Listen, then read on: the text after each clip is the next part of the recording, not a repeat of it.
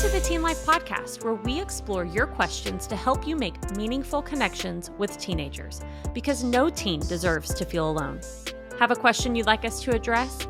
Email us at podcast@teenlife.ngo. Now, let's jump into this week's question. What is vicarious trauma and how can I cope with it? A nice light question to kick off this podcast season, new format, whatever you want to call it. So guys, what do we think about this? Welcome back. Hope you're buckled up while you're listening to this. So I hope your summer was great. Let's get into vicarious now let's talk trauma. about trauma. Yeah. But for real, I feel like this is such a big topic, especially with the people that we work with, especially anyone who is around teenagers, who's working with teenagers, to not take on what they are bringing to you and what you're like walking through with them is really difficult. So I guess the first place to start is what is vicarious trauma, which one of the definitions that I saw that I liked is it's the experience of absorbing others' pain in times of their distress so deeply that it affects your own well-being. And so I think that's like the key part of it's not just empathy, because empathy is a good thing. We want to have empathy with our students, but when you're like feeling their feelings and then like it's impacting you and your health, that's where it becomes this vicarious trauma that's kind of right, a bigger deal. Yeah, I think that this is something that like I do quite heavily. I want to fix things. Like I'm a people pleaser and I want to fix people and fix things. And so like when things are hurting and things are not going the way they're supposed to, like this is something that I actually like do a lot. And so sometimes that works in my favor. Like I think it's one of the reasons why I'm doing what I do for a living. But sometimes it super does not. Like especially like I don't know if you guys like do y'all ever like read the news and like want to fix everything and then just kind of get mad when you can't? Like that's like I actively avoid the news for many reasons, but that's one of them is like I feel like whenever I start reading about other people's issues that are things out of my control, it just stresses me out. And so yeah, I know that might be minor compared to what some people deal with this stuff, but yeah, it's definitely something that I cope with on a daily basis for sure. I think like for me it's kind of weird because I'm very much the opposite. And like even growing up, like, in college, like going like in psychology classes, going over like, here are the signs of psychopaths. And, like they feel no emotion or like the emotion of others. I'm like, is this me? Do I? And I don't think it is. Okay. I don't think I'm a psychopath, but I've just like, I've been able to be there for people, but I for whatever reason, just almost to like a negative, never take their emotions on myself, of like to where I have to work hard to be empathetic, to sit there and be like, man, I'm feeling what you're feeling.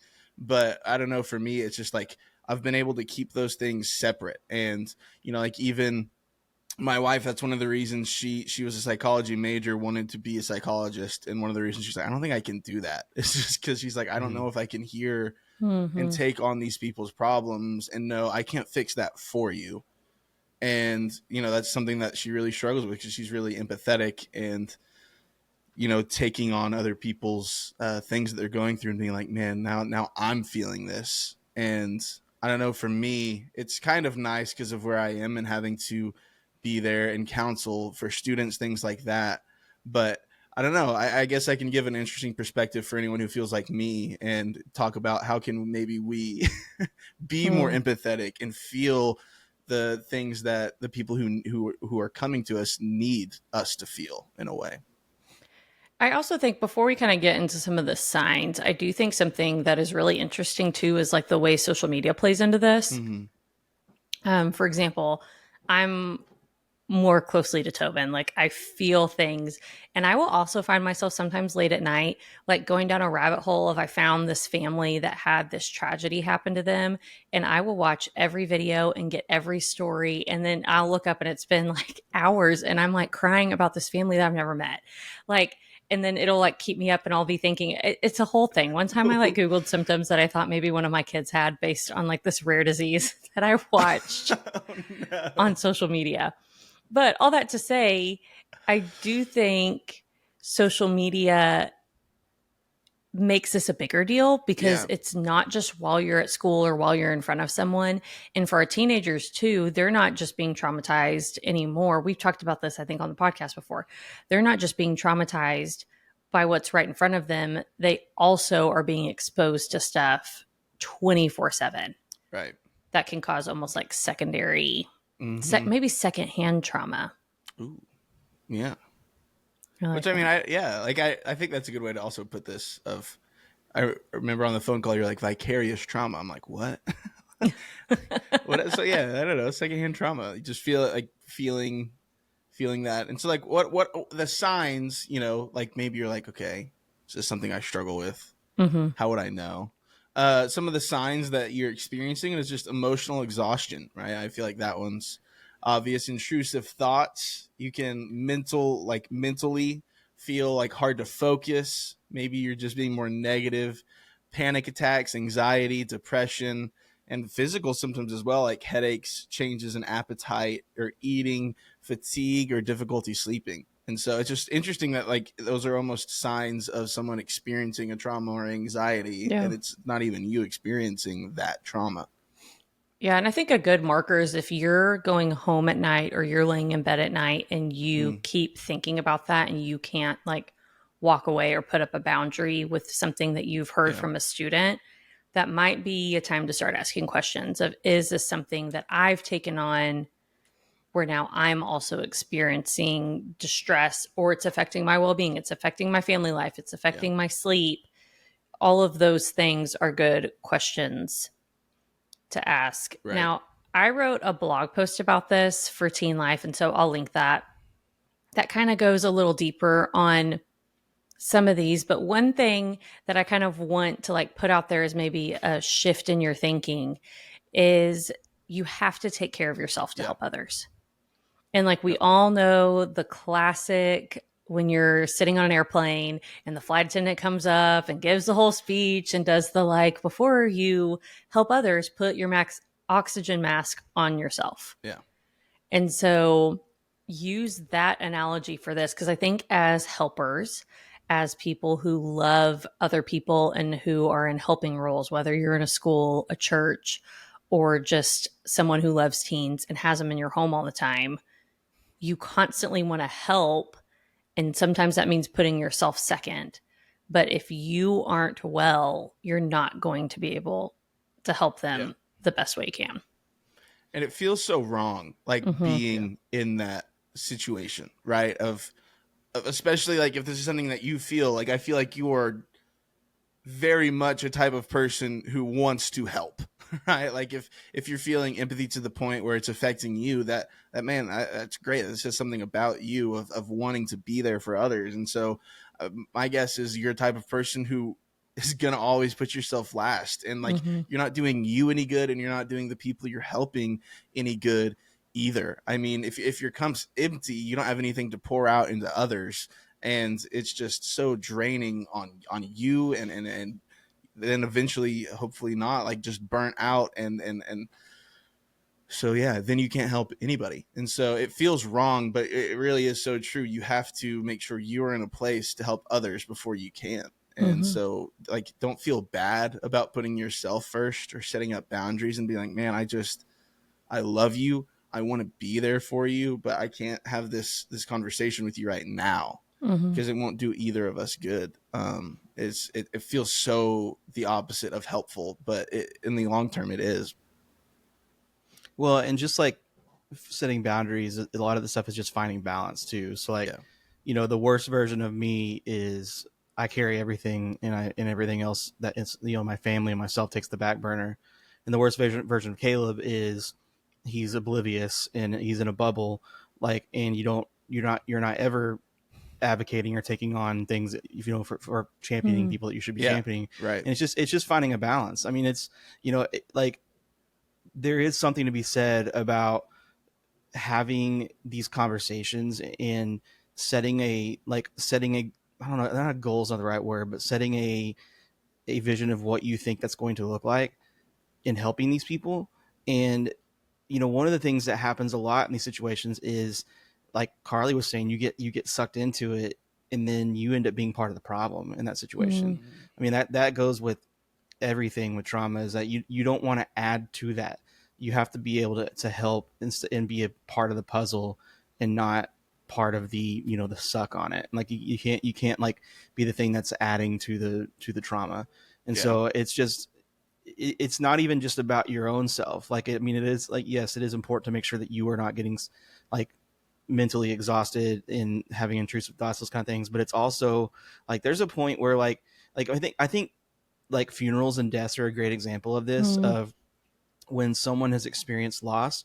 Like, yes, they need people, and yes, they want people, and they are going through trauma, but also there's a limit that they can handle. Like the amount of people that show up at houses, and you know, the ones that will bring in a casserole and stay for 3 hours because they think that they're being helpful, you know, in that situation. So like, I mean, it's all about, when we see someone going through or going through trauma, we have to figure out what is working for them, and how can I be a piece to that puzzle, instead of trying to solve it and fix it and do all that kind of stuff.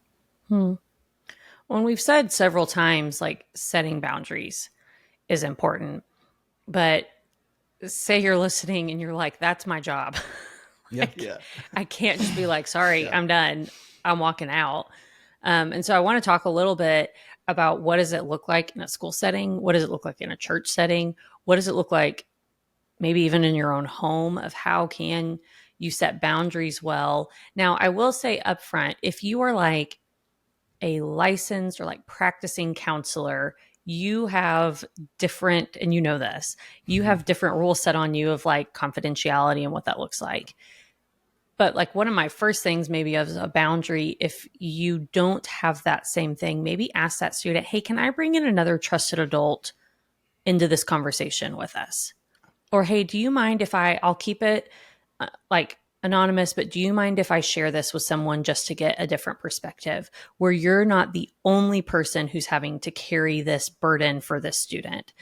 And so, like I said, there are different rules if you're like a counselor, but if you're a teacher and a student comes to you with something, be like, hey, is there another teacher that we can pull in? Hey, is there a trusted parent or someone outside of this room that I can go with you and we can have this conversation together? And that way you're kind of sharing the load a little bit and not feeling like, man, this is all on me and I can't talk to anybody about it, and I'm carrying that. Well, in a school setting, if you're not a counselor, that is the common best practice anyway. You shouldn't be working with kids one-on-one in those settings. Like, that's how, you know, things get said and done that shouldn't be done, and right. Or people assume that, you know, that relationships are forming that are inappropriate and that kind of stuff. So from a school setting, like when you set boundaries in school, that's one big one, is, you know, bringing other people in. I would say like peers, depending on the content, you might bring a peer in and have them walk alongside a peer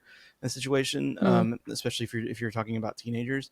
The other boundary that I'm, again, wasn't great at as a teacher, and probably one of the reasons why, like, I'm not sure I would be great as a school counselor, is you have to learn how to leave it like in the building and not take it to your house to an extent. Like, obviously, like, you can't, like, that's kind of goes back to what Caleb was saying, that feels kind of cold. But if you are constantly carrying the burdens of what's happening at school home with you, like, that ends up affecting your home life. And so that's one boundary that's hard to do, but that's kind of important. Of, hey, when I walk out that door at 4:30, 5, 7, whatever it may be for teachers, like, that stuff kind of has to, you know, I'll say 80-20 has to stay in that building, because you can't take that stuff everywhere with you, for sure. And I think, like, even going with that, like, from, I don't know, as I think about it from like a church leader perspective of, like, you know, if you're having students, small group, things like that around your home, I think part of it is just setting a boundary of like the environment that those conversations are happening, right? Because if it's like even in your own living room having these conversations, it's a lot of conversations have had, right? But it gets almost even harder mentally to separate those things, right? And so I don't know, just setting up an environment of being like, man, I want to have this conversation, but like almost, I don't know, my mind almost goes to like, you know, a heated argument. And it's like, man, let's just take some time and and some of those conversations need to be happening right there in the moment, right? Because sometimes the students are feeling it and they need to get whatever's they're experiencing or whatever's on their chest off their chest. And so I don't know, part of it is I think reading the situation, but also just knowing, hey, can this wait? And would it be more productive in a different environment, or whenever we're both able to approach it from the same side instead of just spur of the moment, you're caught off guard, like, and you're just feeling the weight of it all. I don't know. That's where my mind goes.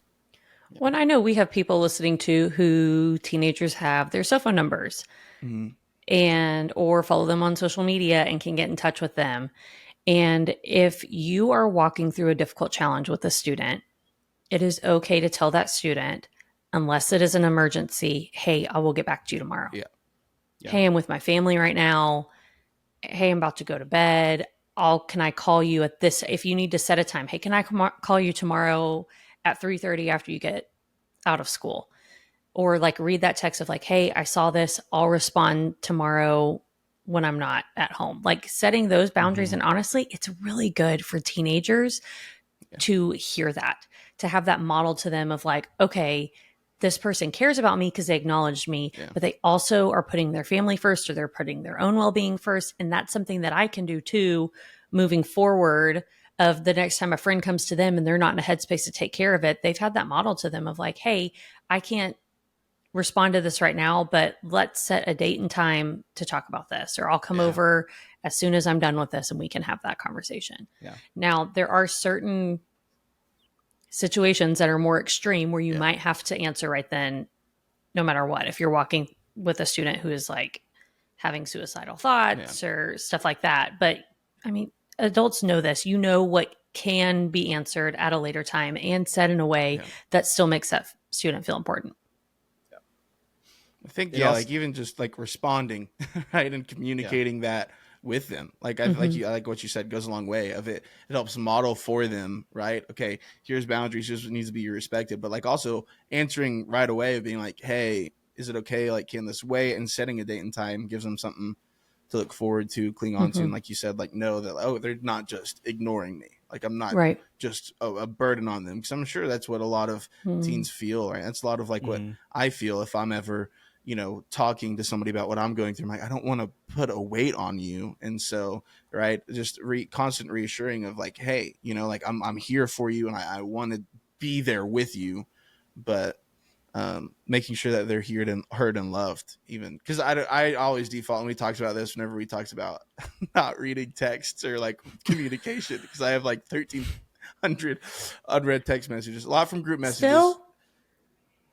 He said what's the number? You said like What's 300 last time. You just said 1,300, so it's gotten higher. What's the number? 1,400. Good. 1,409. Hang on. Text messages? Like 3/4 of that are from a group message that I have on mute. Then get out of the group. Just open it and take. Yeah. It's a lot. Anyways, sorry. Just if you're like me, bad at communication, a lot of like what I feel is like, oh, that's like a thing I have to do, so I'm going to push it off. But like, and especially like with teenagers, with people that you're there for, like respond right away. And even if it's I can't right now, it's better than just ignoring it, I promise. And so it's as you're doing yourself such a favor by even right away being like, even if it's not no, and that feels wrong, and you don't want to tell a kid no, it's so much better than just ignoring it. So, or even saying like very clearly, hey, I want to be able to give you my full attention, but I'm in the middle of something right now, or I can't tonight.